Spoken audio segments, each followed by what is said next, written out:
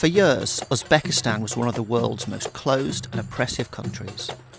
With thousands of political prisoners and restrictions on the media, the Central Asian country ranked alongside North Korea for its political rights and civil liberties. But now Uzbekistan is changing.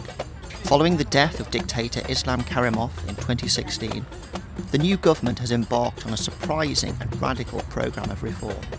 Currency controls have been lifted, and the government is trying to overhaul the economy, cut red tape and boost investment. Foreign investors are now tiptoeing in.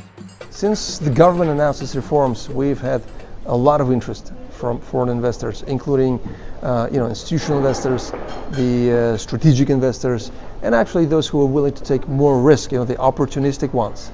And I can tell you, the fact that we removed the visa requirements for about, 40 countries have helped.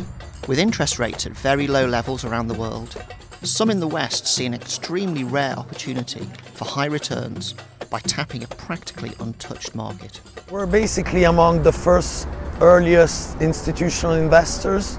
There's been recent reforms, which means that the country is opening up, and Uzbekistan is undergoing its own fall of the Berlin Wall moment, and there's very successful and dynamic entrepreneurs taking advantage of this situation. The Financial Times travelled to Uzbekistan as the sole media organisation accompanying one of the very first delegations of Western investors, meeting newly appointed government ministers and entrepreneurs hungry for capital.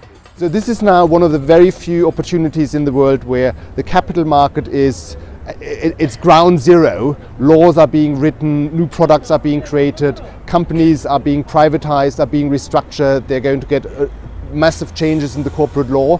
So whereas that poses some challenges, of course, for investors, this is also where the opportunity lies, and that's why you have to investigate a country like Uzbekistan right now when things are still emerging in the true sense of the word. In the ancient city of Samarkand, entrepreneur Kamal Abdulev runs one of the world's largest carpet factories. He is reluctant to criticise the old regime, but says the economy was comparatively closed while getting foreign exchange was a problem. Now, however, conditions are different.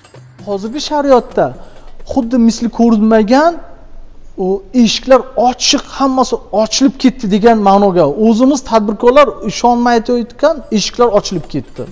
It's still very early days for Uzbekistan. International investors will want to see much more evidence of reforms. But if the country continues on this path, then more Western capital is likely to arrive.